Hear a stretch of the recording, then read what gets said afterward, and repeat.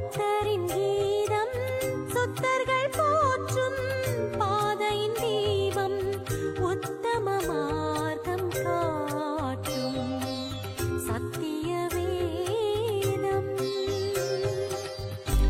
ஏசாயின் புத்தகம் 26வது அதிகாரம். அக்காலத்திலே யூதா தேசத்தில் பாடப்படும் பாட்டாவது, பெலனான நகரம் நமக்குண்டு, இரட்சிப்பையே அதற்கு மதிலும் அரணுமாக ஏற்படுத்துவார். சத்தியத்தை கை கொண்டு வருகிற நீதியுள்ள ஜாதி உள்ளே பிரவேசிப்பதற்காக வாசல்களை திறவுங்கள். உம்மை உறுதியாய் பற்றி கொண்ட மனதையுடையவன் உம்மையே நம்பியிருக்கிறபடியால் நீர் அவனை பூரண சமாதானத்துடன் காத்துக்கொள்வீர். கர்த்தரை என்றென்றைக்கும் நம்புங்கள். கர்த்தராகிய யெகோவா நித்திய கன்மலையாயிருக்கிறார். அவர் உயரத்திலே வாசமாயிருக்கிறவர்களையும் கீழே தள்ளுகிறார், உயர்ந்த நகரத்தையும் தாழ்த்துகிறார். தரை மட்டும் தாழ்த்தி அதை மண்ணாக மட்டும் இடிய பண்ணுவார். கால் அதை மிதிக்கும். சிறுமையானவர்களின் காலும் எளிமையானவர்களின் அடிகளுமே அதை மிதிக்கும். நீதிமானுடைய பாதை செம்மையாய் இருக்கிறது. மகா நீதிபரராகிய நீர் நீதிமானுடைய பாதையை செம்மைப்படுத்துகிறீர். கர்த்தாவே, உம்முடைய நியாய தீர்ப்புகளின் வழியிலே உமக்கு காத்திருக்கிறோம். உமது நாமமும் உம்மை நினைக்கும் நினைவும் எங்கள் ஆத்தும வாஞ்சியா இருக்கிறது. என் ஆத்துமா இரவிலே உம்மை வாஞ்சிக்கிறது. எனக்குள் இருக்கிற என் ஆவியால் அதிகாலையிலும் உம்மை தேடுகிறேன். உம்முடைய நியாய தீர்ப்புகள் பூமியிலே நடக்கும்போது பூச்சக்கரத்து குடிகள் நீதியை கற்றுக்கொள்வார்கள். துன்மார்க்கனுக்கு தயை செய்தாலும் நீதியை கற்றுக்கொள்ளான். நீதியுள்ள தேசத்திலும் அவன் அநியாயம் செய்து கர்த்தருடைய மகத்துவத்தை கவனியாதே போகிறான். கர்த்தாவே, உமது கை ஓங்கி இருக்கிறது, அவர்கள் அதை காணாதிருக்கிறார்கள். ஆனாலும் உமது ஜனத்துக்காக நீர் கொண்ட வைராக்கியத்தை கண்டு வெட்கப்படுவார்கள். அக்கினி உம்முடைய சத்துருக்களை பட்சிக்கும். கர்த்தாவே, எங்களுக்கு சமாதானத்தை கட்டளையிடுவீர். எங்கள் கிரியைகளெல்லாம் எங்களுக்காக நடத்தி வருகிறவர் நீரே. எங்கள் தேவனாகிய கர்த்தாவே, உம்மை இல்லாமல் வேறே ஆண்டவன்மார் எங்களை ஆண்டார்கள். இனி உம்மை மாத்திரம் சார்ந்து உம்முடைய நாமத்தை பிரஸ்தாபப்படுத்துவோம். அவர்கள் செத்தவர்கள் ஜீவிக்க மாட்டார்கள். மாண்ட ராட்சதர் திரும்ப எழுந்திரார்கள். நீர் அவர்களை விசாரித்து சங்கரித்து அவர்கள் பெயரையும் அழிய பண்ணினீர். இந்த ஜாதியை பெருக பண்ணினீர். கர்த்தாவே, இந்த ஜாதியை பெருக பண்ணினீர். நீர் மகிமைப்பட்டீர். தேசத்தின் எல்லாவற்றையும் நெடுந்தூரத்தில் தள்ளி வைத்தீர். கர்த்தாவே, நெருக்கத்தில் உம்மை தேடினார்கள். உம்முடைய தண்டனை அவர்கள் மேலிருக்கையில் அந்தரங்க வேண்டுதல் செய்தார்கள். கர்த்தாவே, பேறுகாலம் சமீபத்திருக்கையில் வேதனைப்பட்டு தன் அம்பாயத்தில் கூப்பிடுகிற கர்ப்பவதியைப் போல உமக்கு முன்பாக இருக்கிறோம். நாங்கள் கர்ப்பமாயிருந்து வேதனைப்பட்டு காற்றை பெற்றவர்களைப் போல் இருக்கிறோம். தேசத்தில் ஒரு இரட்சிப்பையும் செய்ய மாட்டாதிருக்கிறோம். பூச்சக்கரத்து குடிகள் விழுகிறதுமில்லை. மரித்த உம்முடையவர்கள் பிரேதமான என்னுடையவர்களோடே கூட எழுந்திருப்பார்கள். மண்ணிலே தங்கியிருக்கிறவர்களே, விழித்து கம்பீரியுங்கள். உம்முடைய பனி பூண்டுகளின் மேல் பெய்யும் பனி போல் இருக்கும். மரித்தோரை பூமி புறப்பட பண்ணும். என் ஜனமே, நீ போய் உன் அறைக்குள்ளே பிரவேசித்து உன் கதவுகளை பூட்டிக் கொண்டு சினம் கடந்து போக மட்டும் கொஞ்ச நேரம் ஒழித்துக்கொள். இதோ பூமியினுடைய குடிகளின் அக்கிரமத்தின் நிமித்தம் அவர்களை விசாரிக்கும்படி கர்த்தர் தம்முடைய ஸ்தானத்திலிருந்து புறப்பட்டு வருவார். பூமி தன் இரத்தப்பழிகளை வெளிப்படுத்தி தன்னிடத்தில் கொலை செய்யப்பட்டவர்களை இனி மூடாதிருக்கும். ஏசாயின் புத்தகம் 27வது அதிகாரம். அக்காலத்திலே கர்த்தர் லிவியதான் எனும் நீண்ட பாம்பை, லிவியதான் எனும் கோணலான சர்ப்பத்தையே கடிதும் பெரிதும் பலத்ததுமான தமது பட்டயத்தால் தண்டிப்பார். சமுத்திரத்தில் இருக்கிற வலு சர்ப்பத்தை கொன்று போடுவார். அக்காலத்திலே நல்ல திராட்சரசத்தை தரும் திராட்சை தோட்டம் உண்டாயிருக்கும். அதை குறித்து பாடுங்கள். கர்த்தராகிய நான் அதை காப்பாற்றி அடிக்கடி அதற்கு தண்ணீர் பாய்ச்சி ஒருவரும் அதை சேதப்படுத்தாதபடிக்கு அதை இரவும் பகலும் காத்துக்கொள்வேன். உக்கரம் என்னிடத்தில் இல்லை, முட்செடியையும் நெரிஞ்சலையும் எனக்கு விரோதமாய் யுத்தத்தில் கொண்டு வருகிறவன் யார்? நான் அவைகள் மேல் வந்து அவைகளை ஏகமாய் கொழுத்து விடுவேன். இல்லாவிட்டால் அவன் என் பலனை பற்றி கொண்டு என்னோட ஒப்புரவாகட்டும். அவன் என்னோட ஒப்புரவாவான். யாக்கோபு வேர் பற்றி இஸ்ரவேல் பூத்து காய்த்து உலகத்தை பலனால் நிரப்பும் நாட்கள் வரும். அவர் அவனை அடித்தவர்களை அடித்தது போல இவனை அடிக்கிறாரோ? அவர்கள் கொல்லப்படும் கொலையாய் இவன் கொல்லப்படுகிறானோ? தேவரீர் ஜனத்தை துரத்தி விடுகையில் மட்டாய் அதனுடைய வழக்காடுகிறீர். கொண்டல் காற்றடிக்கிற நாளிலே அவர் தம்முடைய கடுங்காற்றினால் அதை விலக்கி விடுகிறார். ஆகையால் அதனால் யாக்கோபின் அக்கிரமம் நிக்கிரகம் பண்ணப்படும். தோப்பு விக்கிரகங்களும் சிலைகளும் இனி நிற்காதபடி அவர்கள் பலிபீடங்களின் கல்லுகளை எல்லாம் நொறுக்கப்பட்ட சுண்ணாம்பு கல்லுகளாக்கி விடும்போது அவர்களுடைய பாவத்தை அவர் அகற்றுவார் என்பதே அதனால் உண்டாகும் பலன். அரடான நகரம் அவாந்தரையாகும். அந்த வாசஸ்தலம் தள்ளுண்டு வனாந்தரத்தைப் போல விட்டுவிடப்பட்டதாயிருக்கும். கன்று குட்டிகள் அங்கே மேய்ந்து அங்கே படுத்துக்கொண்டு அதன் தழைகளை தின்னும். அதன் கொப்புகள் உலரும்போது ஒடிந்து போகும். ஸ்திரீகள் வந்து அவைகளை கொழுத்தி விடுவார்கள். அது உணர்வுள்ள ஜனம் அல்ல. ஆகையால் அதை உண்டாக்கினவர் அதற்கு இறங்காமலும் அதை உருவாக்கினவர் அதற்கு கிருபை செய்யாமலும் இருப்பார். அக்காலத்திலே கர்த்தர் ஆற்றங்கரையின் விளைவு தொடங்கி எகிப்தின் நதி மட்டும் போரடிப்பார். இஸ்ரவேல் புத்திரரே, நீங்கள் ஒவ்வொருவராய் சேர்க்கப்படுவீர்கள். அக்காலத்திலே பெரிய எக்காலம் மோதப்படும். அப்பொழுது அசீரியா தேசத்திலே சிதறடிக்கப்பட்டவர்களும் எகிப்து தேசத்திலே துரத்தி விடப்பட்டவர்களும் வந்து எருசலேமில் உள்ள பரிசுத்த பர்வதத்திலே கர்த்தரை பணிந்து கொள்வார்கள். ஏசாயா புத்தகம் 28வது அதிகாரம். எப்பிராயிமுடைய வெறியரின் பெருமையான கிரீடத்துக்கு ஐயோ! மதுபானத்தால் மயக்கமடைந்தவர்களின் செழிப்பான பள்ளத்தாக்குடைய கொடுமுடியின் மேலுள்ள அலங்கார ஜோடிப்பு வாடிப்போகும் புஷ்பமே! இதோ திராணியும் வல்லமையும் உடைய ஒருவன் ஆண்டவரிடத்தில் இருக்கிறான். அவன் கல்மலை போலவும் சங்கார புசல் போலவும் புரண்டு வருகிற பெரு வெள்ளம் போலவும் வந்து கையினாலே அதை தரையில் தள்ளிவிடுவான். எப்பிராயிமுடைய வெறியரின் பெருமையான கிரீடம் காலால் மிதித்து போடப்படும். செழிப்பான பள்ளத்தாக்குடைய கொடுமுடியின் மேலுள்ள அலங்கார ஜோடிப்பாகிய வாடிய புஷ்பம் பருவகாலத்துக்கு முன் பழுத்ததும் காண்கிறவன் பார்த்து அது தன் கையில் இருக்கும்போதே விழுங்குறதுமான முதல் கனியைப் போல இருக்கும். அக்காலத்திலே சேனைகளின் கர்த்தர் தமது ஜனத்தில் மீதியானவர்களுக்கு மகிமையான கிரீடமாகவும் அலங்காரமான முடியாகவும் நியாயம் விசாரிக்க உட்காரவனுக்கு நியாயத்தின் ஆவியாகவும் யுத்தத்தை அதன் வாசல் மட்டும் திருப்பவர்களின் பராக்கிரமமாகவும் இருப்பார். ஆனாலும் இவர்களும் திராட்சை ரசத்தால் மயங்கி மதுபானத்தால் வழிதப்பி போகிறார்கள். ஆசாரியனும் தீர்க்கதரிசியும் மதுபானத்தால் மதிமயங்கி திராட்சை ரசத்தால் விழுங்கப்பட்டு சாராயத்தினால் வழிதப்பி தீர்க்கதரிசனத்தில் மோசம் போய் நியாயம் தீர்க்கிறதில் இடறுகிறார்கள். போஜன பீடங்களெல்லாம் வாந்தியினாலும் அசுத்தத்தினாலும் நிறைந்திருக்கிறது.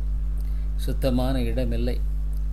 அவர் யாருக்கு அறிவை போதிப்பார்? யாருக்கு உபதேசத்தை உணர்த்துவார்? பால் மறந்தவர்களுக்கும் முலை மறக்கப்பட்டவர்களுக்கு இருக்குமே. கற்பனையின் மேல் கற்பனையும், கற்பனையின் மேல் கற்பனையும், பிரமாணத்தின் மேல் பிரமாணமும், பிரமாணத்தின் மேல் பிரமாணமும், அங்கே கொஞ்சமும் இங்கே கொஞ்சமும் மாம் என்கிறார்கள். பரியாச உதடுகளினாலும் அந்நிய பாஷையினாலும் இந்த ஜனத்தோட பேசுவார். இதுவே நீங்கள் இளைத்தவனை அழைப்பார பண்ணத்தக்க இளைப்பாறுதல், இதுவே ஆறுதல் என்று அவர்களோடு அவர் சொன்னாலும் கேட்க மாட்டோம் என்கிறார்கள். ஆதலால் அவர்கள் போய் பின்னிட்டு விழுந்து நொறுங்கும்படிக்கும் சிக்குண்டு பிடிபடும்படிக்கும் கர்த்தருடைய வார்த்தை அவர்களுக்கு கற்பனையின் மேல் கற்பனையும், கற்பனையின் மேல் கற்பனையும், பிரமாணத்தின் மேல் பிரமாணமும், பிரமாணத்தின் மேல் பிரமாணமும், இங்கே கொஞ்சமும் அங்கே கொஞ்சமுமாக இருக்கும். ஆகையால் எருசலேமில் இந்த ஜனத்தை ஆளுகிற நிந்தனைக்காரரே, கர்த்தருடைய வார்த்தையை கேளுங்கள். நீங்கள் மரணத்தோட உடன்படிக்கையும் பாதாளத்தோட ஒப்பந்தமும் பண்ணினீர்கள். வாதை பெருவெள்ளமாய் புரண்டு வந்தாலும் எங்களை அணுகாது. நாங்கள் பொய்யை எங்களுக்கு அடைக்கலமாக்கி மாயின் மறைவிலே வந்து அடைந்தோம் என்கிறீர்கள். அதனால் கர்த்தராகிய ஆண்டவர் உரைக்கிறதாவது, இதோ அஸ்திபாரமாக ஒரு கல்லை நான் சீயோனில் வைக்கிறேன்.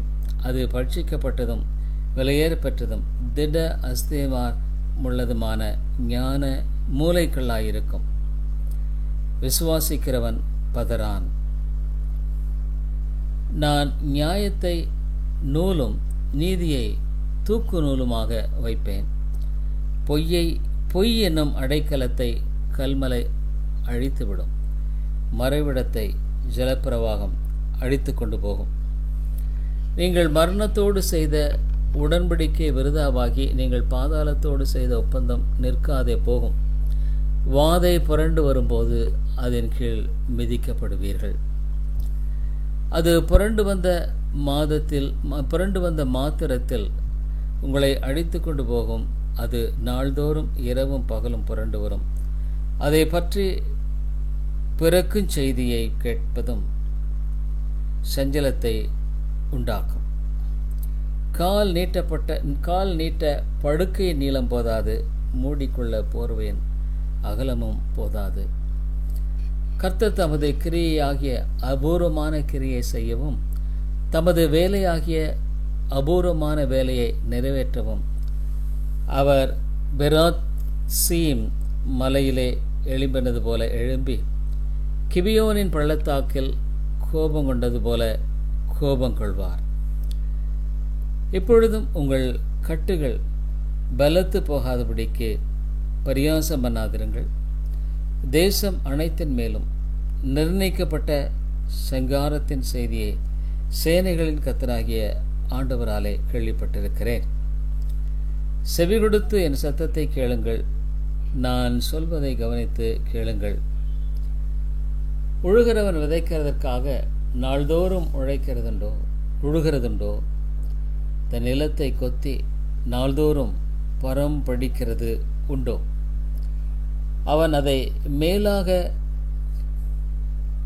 நிறவின பின்பு அதற்கேற்ற இடத்தில் உளுந்தை தெளித்து சீரகத்தை தூவி முதல் தரமான கோதுமையும் தெரிந்து கொண்ட வார்கோதுமையும் கம்பையும் விதைக்கிறான் அல்லவோ? அவனுடைய தேவன் அவனை நன்றாய் போதித்து அவனை உணர்த்துகிறார். உளுந்து தூலத்தாலே போரடிக்கப்படுகிறதுமில்லை, சீரகத்தின் மேல் வண்டியின் உருளை சுற்ற விடப்படுகிறதுமில்லை. உளுந்து கோலினாலும் சீரகம் மிலாற்றினாலும் அடிக்கப்படும். அப்பத்துக்கு தானியம் இடிக்கப்படும். இடைவிடாமல் அவன் அதை போரடிக்கிறதில்லை. அவன் தன் வண்டியின் உருளையால் அதை நசுக்கிறதுமில்லை. தன் குதிரைகளால் அதை நொறுக்கிறதுமில்லை. இதுவும் சேனைகளின் கர்த்தராலே உண்டாகிறது.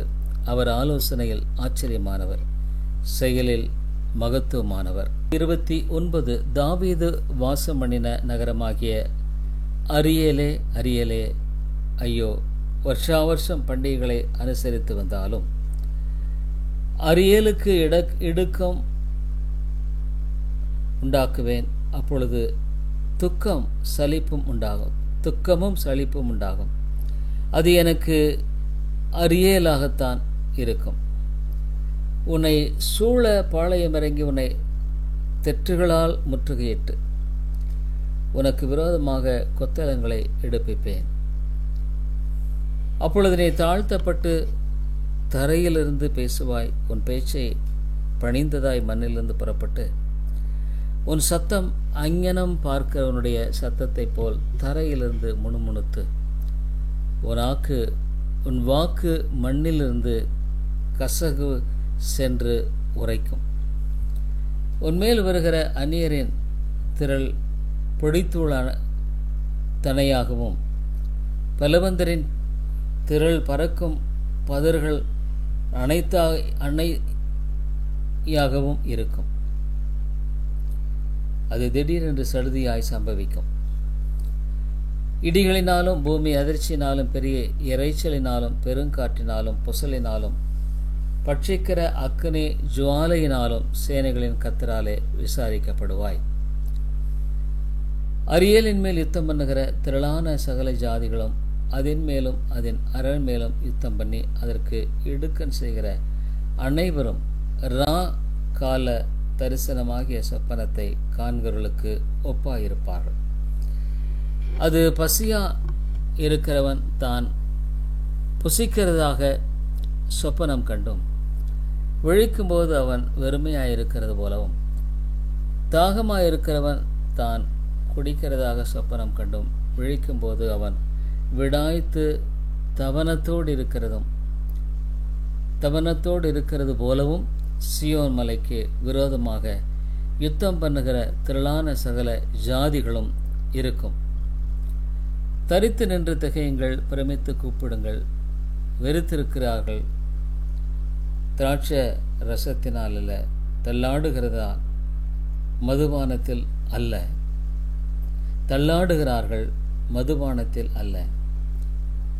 கர்த்தர் உங்கள் மேல் கன நித்திரையின் ஆவியை வரப்பண்ணி உங்கள் கண்களை அடைத்து ஞான திருஷ்டிக்காரராகிய உங்கள் தீர்க்கதரிசிகளுக்கும் தலைவர்களுக்கும் முக்காடு போட்டார்.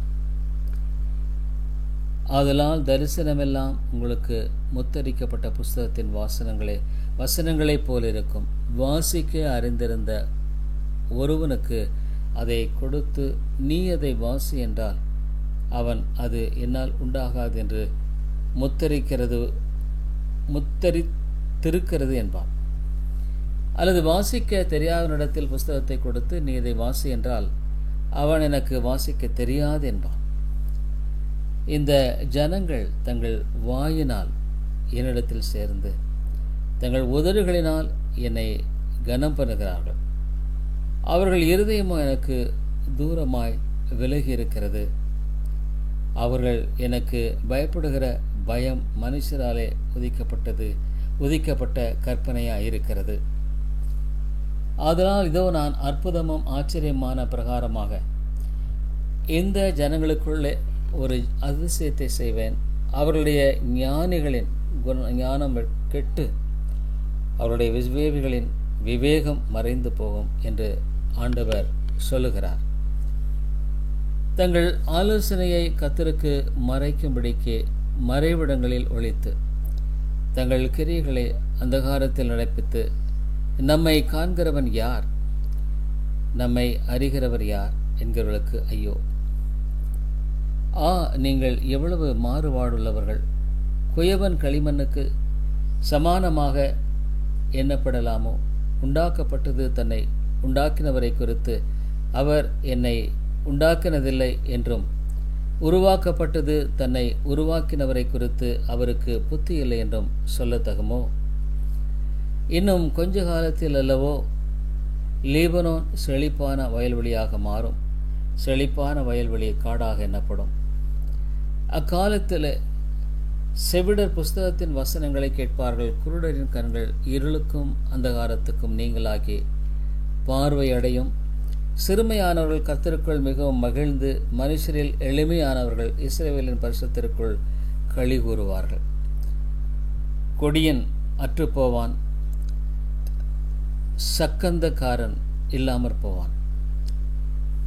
ஒரு வார்த்தை நிமித்தம் மனுஷனை குற்றப்படுத்தி நியாய வாசலில் தங்களை கடிந்து கொள்கிறவனுக்கு கண்ணி வைத்து நீதிமானை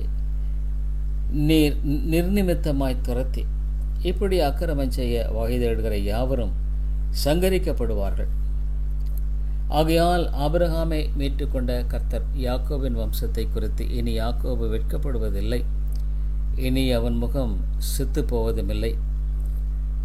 அவன் என் கரங்களின் கிரிசைகளாகிய தன் பிள்ளைகளை தன் நடுவிலே காணும்போது என் நாமத்தை பரிசுத்தப்படுத்துவார்கள். யாக்கோபின் பரிசுத்தரை அவர்கள் பரிசுத்தப்படுத்தி இஸ்ரவேலின் தேவனுக்கு பயப்படுவார்கள்.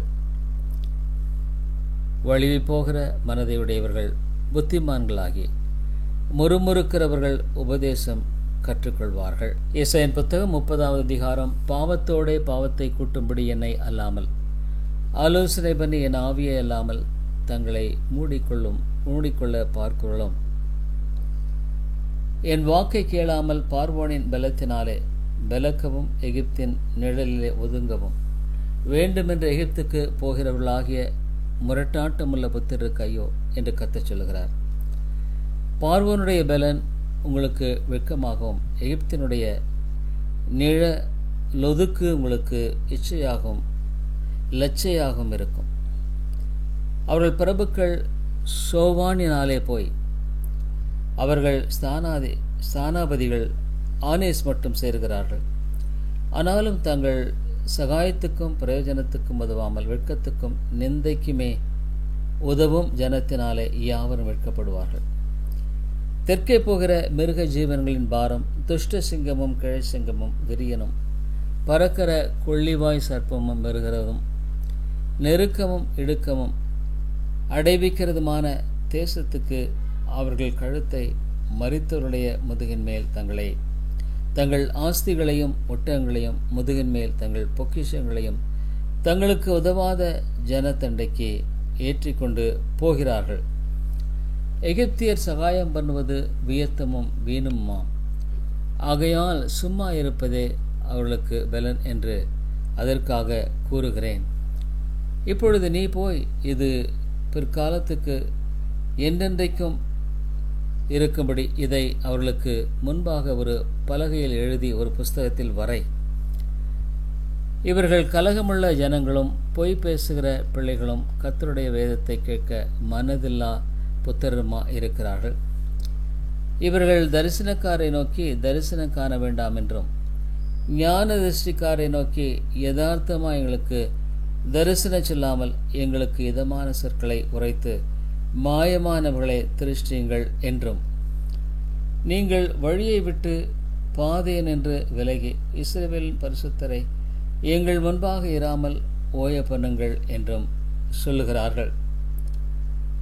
நீங்கள் இந்த வார்த்தையை வெறுத்து இடுக்கமும் தாறுமாறும் செய்கிறதை நம்பி அதை சார்ந்து கொள்கிறபடியால் இந்த அக்கிரமம் உங்களுக்கு உயர்ந்த சுவரில் விழ பிதுங்கி நிற்கிறதும் திடீரென்று சடுதியாய் இடிய போகிறதுமான வெடிப்பை போல இருக்கும் என்று இஸ்ரவேலின் பரிசுத்தர் சொல்லுகிறார். அவர்களை அவர் தப்ப விடாமல் உடையும்படி குயக்கலத்தை நொறுக்குவது போல அவர்களை நொறுக்குவார். அடுப்பிலே நெருப்பு எடுக்கப்படுகிறதற்கும் குலத்திலே தண்ணீர் முள்ளுகிறதற்கும் நொறுங்கின துண்டுகளில் ஒரு ஓடாகிலும் அகப்படாதே போகும். நீங்கள் மனம் திரும்பி அமர்ந்திருந்தால் ரட்சிக்கப்படுவீர்கள். அமெரிக்கையும் நம்பிக்கையுமே உங்கள் பலனாயிருக்கும் என்று இஸ்ரவேலின் பரிசுத்தராயிருக்கிற கர்த்தராகிய தேவன் சொல்லுகிறார். நீங்களோ அப்படி செய்ய மனதாயிராமல், அப்படியல்ல, குதிரைகளின் மேல் ஏறிப்போம் வாருங்கள், ஓடிப்போம் என்கிறீர்கள், அப்படியே ஓடிப்போவீர்கள். வேகமான வாகனங்களின் மேல் ஏறிப்போம் என்கிறீர்கள், அப்படியே உங்களை துரத்துகிறவர்கள் வேகமாய் துரத்துவார்கள். நீங்கள் மலையுச்சியின் மேல் ஒரு கம்பத்தை போலவும் மேட்டின் மேல் ஒரு கொடியைப் போலவும் மீந்திருக்கும் மட்டாக ஒருவன் பயமுறுத்த 1000 பேரும் 5 பேர் பயமுறுத்த நீங்கள் அனைவரும் ஓடிப்போவீர்கள். ஆனாலும் உங்களுக்கு இறங்கும்படி கர்த்தர் காத்திருப்பார், உங்கள் மேல் மனதுருகும்படி எழுந்திருப்பார். கர்த்தர் நீதி செய்கிற தேவன், அவருக்கு காத்திருக்கிற அனைவரும் பாக்கியவான்கள். சீயோனை சேர்ந்த ஜனங்கள் எருசலேமில் வாசமாயிருப்பார்கள். இனி நீ அழுது கொண்டராய். உன் கூப்பிடுதலின் சத்தத்துக்கு அவர் உருக்கமாய் இறங்கி அதை கேட்டவுடனே உனக்கு மறு உத்தரவு அருளுவார். ஆண்டவர் உங்களுக்கு துன்பத்தின் அப்பத்தையும் உபத்திரவத்தின் தண்ணீரையும் கொடுத்தாலும் உன் போதகர்கள் இனி ஒருபோதும் மறைந்திருக்க மாட்டார்கள். உன் கண்கள் உன் போதகர்களை காணும். நீங்கள் வலதுபுறமாய் சாயும் போதும் இடதுபுறமாய் செய்யும் போதும் வழியருகே இதிலே நடவுங்கள் என்று உங்களுக்கு பின்னாலே சொல்லும் வார்த்தையை உங்கள் காதுகள் கேட்கும். உன் சுரூபங்களை மூடிய வெள்ளித்தகட்டையும் உன் வெக்கரங்களின் பொன் ஆடை ஆபரணத்தையும் தீட்டாக எண்ணி அவைகளை தீட்டுப்பட்ட வஸ்திரம் போல எரிந்துவிட்டு அதை சீ போ என்பாய். அப்பொழுது நீ நிலத்தில் விதைக்கும் உன் விதைக்கு அவர் மழையையும் நிலத்தின் பலனாகிய ஆகாரத்தையும் தருவார். அது கொழுமையும் புஷ்டியுமாயிருக்கும். அக்காலத்திலே உன் ஆடுகள் விஸ்தாரமான மேய்ச்சலுள்ள ஸ்தலத்திலே மேயும். நிலத்தை உழுகிற எருதுகளும் கழுதை மறிகளும் முரத்தினாலும் தூற்று கூடையினாலும் தூற்றப்பட்ட ருசியுள்ள கப்பிகளை தின்னும். கோபுரங்கள் விழுகிற மகா சங்காரத்தின் நாளிலே உயரமான சகல மலைகளின் மேலும் உயரமான சகல மேடுகளின் மேலும் ஆறுகளும் வாய்க்கால்களும் உண்டாகும். கர்த்தர் தமது ஜனத்தின் முறிவை கட்டி அதன் ஆகாரத்தை குணமாக்கும் நாளிலே சந்திரனுடைய வெளிச்சம் சூரியனுடைய வெளிச்சத்தைப் போலவும் சூரியனுடைய வெளிச்சம் ஏழத்தனையாய் 7 பகலின் வெளிச்சத்தைப் போலவும் இருக்கும். இதோ கர்த்தருடைய நாமம் தூரத்திலிருந்து வரும். அவருடைய கோபம் பற்றி எரிகிறதும் கணென்று புகிறதுமாய் இருக்கும். அவருடைய உதடுகள் சினத்தால் நிறைந்து அவருடைய நாவு பட்சிக்கிற அக்னியைப் போல இருக்கும்.